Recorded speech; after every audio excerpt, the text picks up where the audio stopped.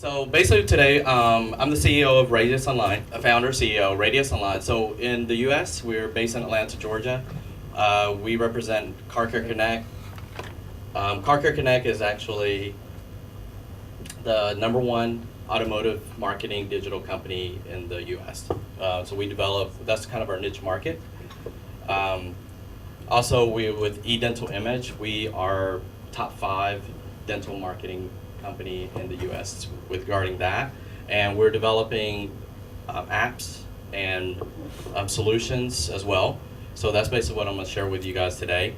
So WebSocast is something that's launching. I'm flying out today to go back home, so we're launching that as soon as I get back. And then Stat Mode is something that we're working on. Okay.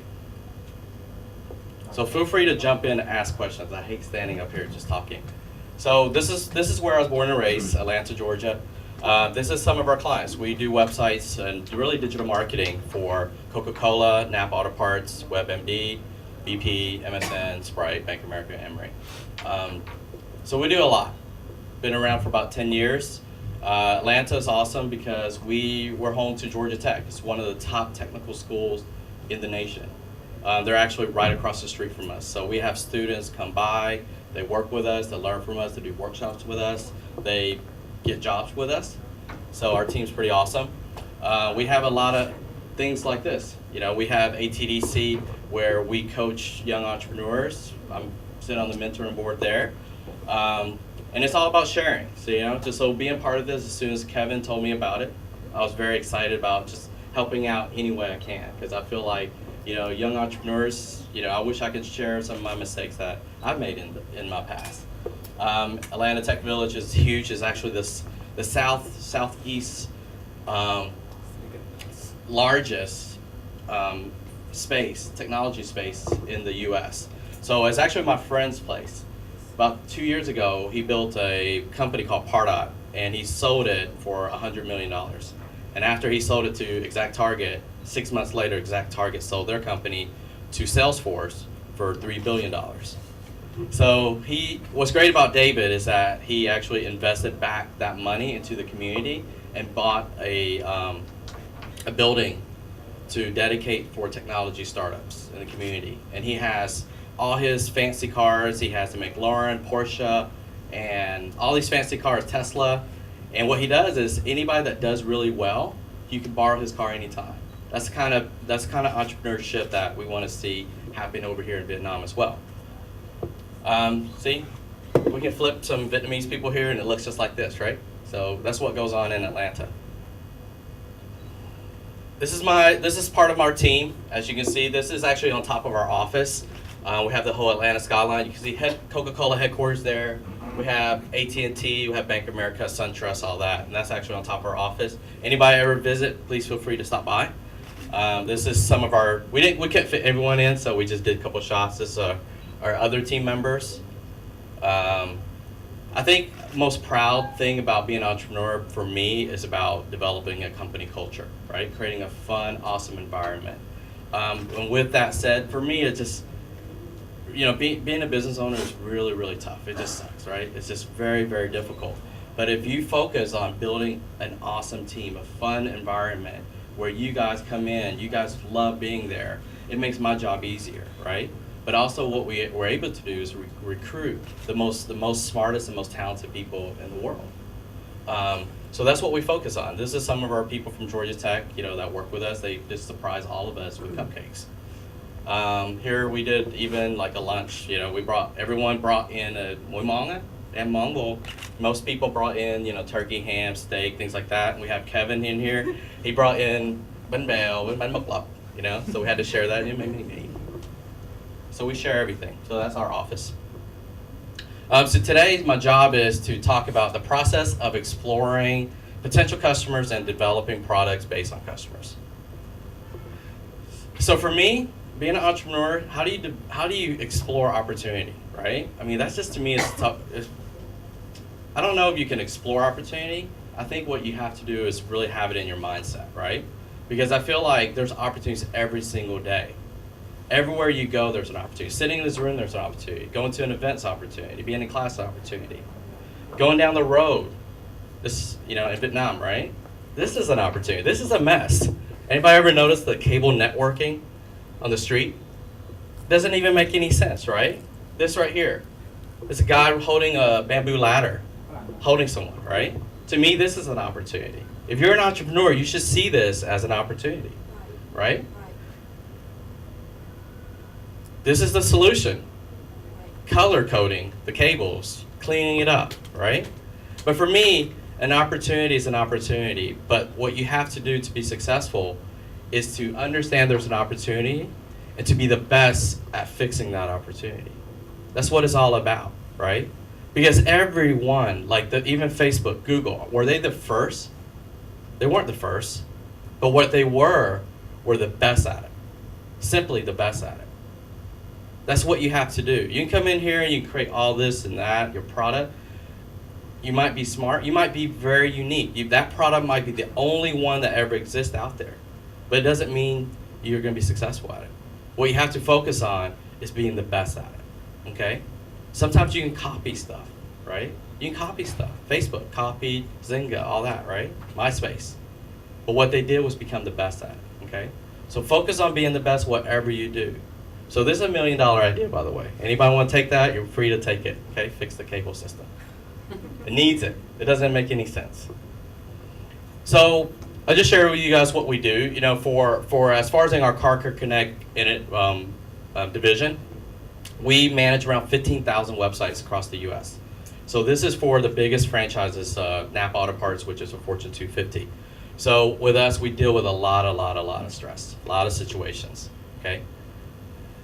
I think that Nkad talked about support. Support is a big thing, right? You know, our biggest thing is talk about big data. We talk about support. For us, it is important. So within our support system, we manage everything, our support through desk.com. So we're able to track big data. We're able to track how many people call us, how long was the duration of the call, how fast did we serve the client, you know, close out that ticket. You know, our goal was not to become this, not become crazy. We can't handle support, right? Because we're managing 15,000 websites. That's a lot of call value. So what our goal was is, well, we are able to track through data. What's our number one support ticket? People calling in say, what's my username password, right? It's always the case. Number two was really interesting, and this is what we're talking about, opportunity, right? Number two was somebody says, number two issue of the call volume was, can you create a coupon on my website? Can you do a coupon? And I was like, and we have to do it. But what that does is it takes manual labor. Somebody has to design something out, they have to code it, they have to put it on the website, and within a month they have to take it down. So it doesn't make any sense for us. We're like, okay, support, been tracking data, right? Tracking this data, we know that this is a big issue, not only for the customer, but for us. So that's our opportunity. So what our opportunity is we created an app that we're launching out this week called WebsoCast. So WebsoCast is all about a user interface where you can actually design your own coupon promotions. So you can drag and drop, you can enter text, you can design it, and we have pre-made templates that's you can edit, and as soon as you're done with it, everything's automated. It shoots out to your website, it shoots out to your Facebook, your Twitter, it shoots out to your email database with one click. So we turned something that was a big issue, such as support issue, that was causing a bottleneck within our system, and we created an opportunity. We saw an opportunity to make something. So by making this app now, we're looking at that we're not going to charge people. We're actually going to offer this for free.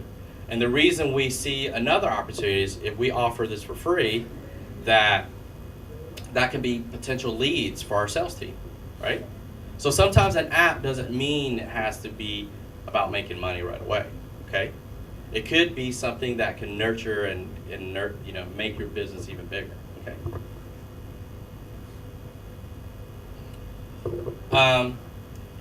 As far as launching out companies as an entrepreneur, I know we have some presentations today. This is part of what Georgia Tech always, and a lot of the Silicon Valley VCs, we always go through this process. But it's the business model canvas. You guys ever seen this?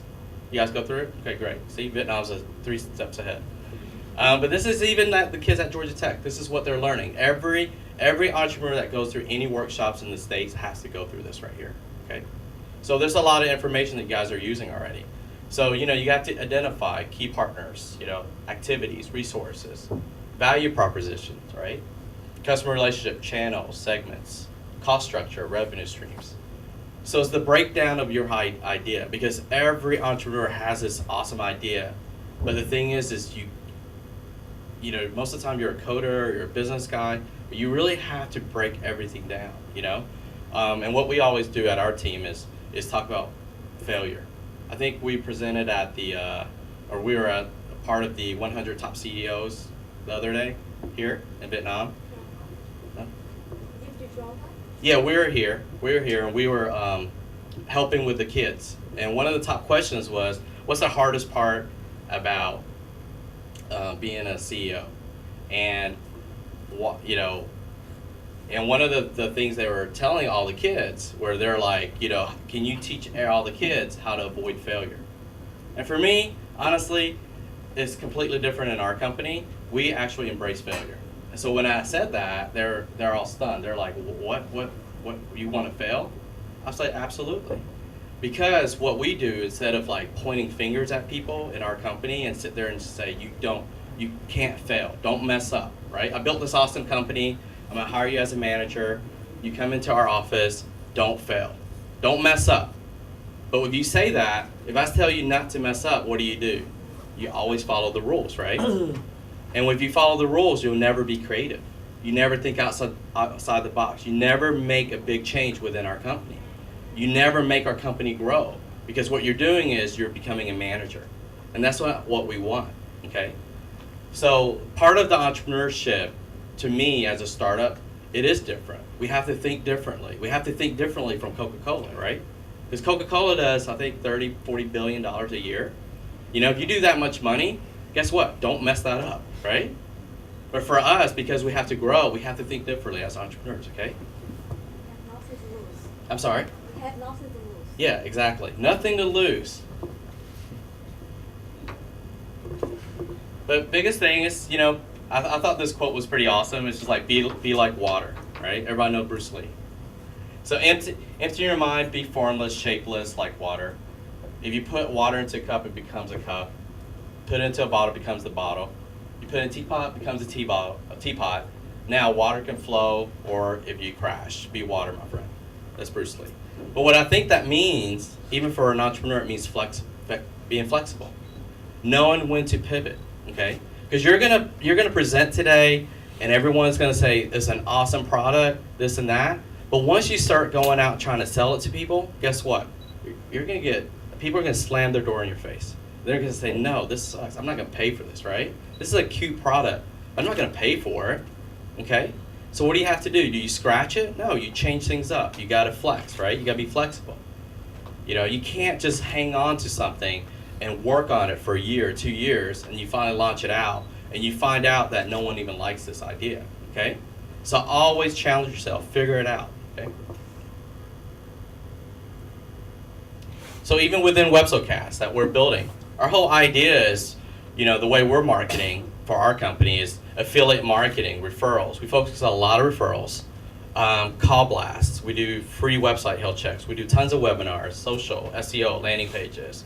We do some retargeting. I know retargeting, opt-in emails, and our job is to develop prospects.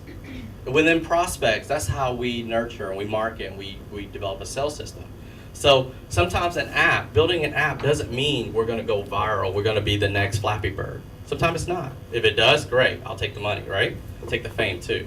But sometimes it can be part of your marketing too. Okay. And one of the things I always challenge with app ideas is I always ask them, is it candy, is it vitamin, or is it painkiller?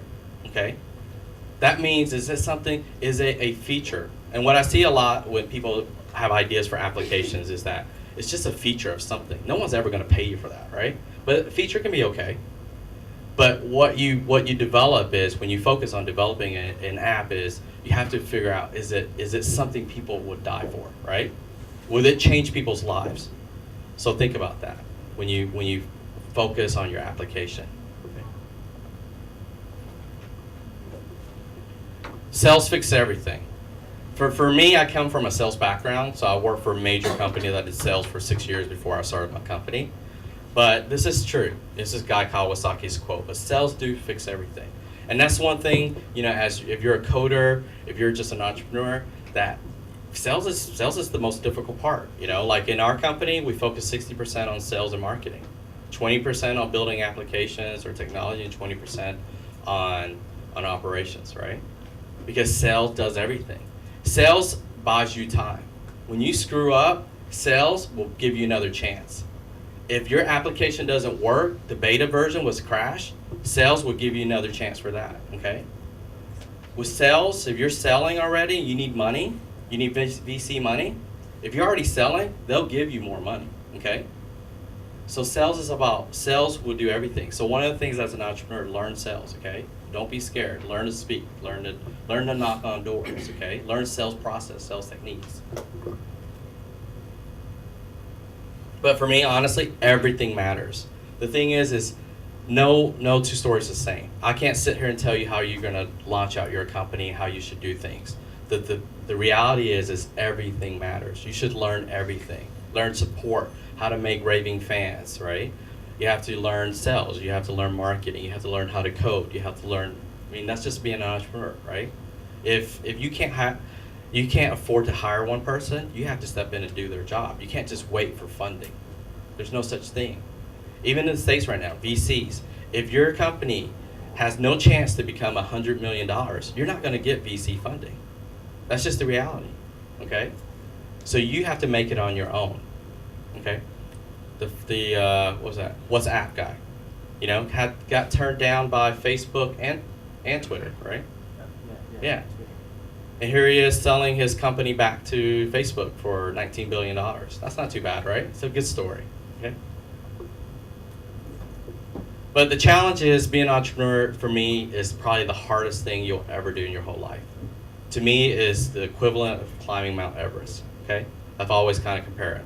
I've never done Mount Everest. I don't know if I'll ever do it, but I just think the process is the same. Okay, if you want to climb Mount Everest right now, tomorrow, can you do it tomorrow? No, right? There's no way. I don't think, unless somebody's athletic. But there's no way you can do it.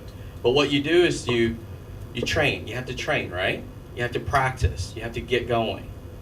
You have to break it up in process. You might can do it next year. But the most important part is like who you're going to do it with, who you're going to train with. And the day you climb, who you're going to climb with, okay? Because it's the hardest thing you'll ever do in your life. So it has to be this big journey, okay? And you can't just go from A to B right away. You have to really think it through. To reach a goal you have never done before, you must do things you have never done before done. You do. If you're shy, and you have the most amazing app in the person, you need to learn to pick up the phone and call someone, okay? You need to call FBNC and get an interview, all right? Don't be scared. Got to go over there, shake his hand, get his card, get his cell phone number. But goals. The goals is, you have to break it down, okay? It's not, passion is, that's what our company's all about, passion, okay? But passion drives you, but you still have to do goals, okay? You have to get specific goals, measurable goals, attainable goals, realistic goals. And honestly, I'm the most scatterbrained person. I'm a drinker, I'm a partier. The thing is time-based, that's not my strong suit, but you have to get good at it. That was my weakness, right? But putting deadlines on all this matters, okay? So your app, your learning marketing, sales, you go to things. You have to put a deadline on things. And that's the only way you'll ever reach this, okay? Our motto at our company is just be awesome and do awesome things. So thank you. That's a short presentation. But if you guys need anything, feel free to email me anytime. I check my own email and I'll be happy to reply. Okay? Come on in.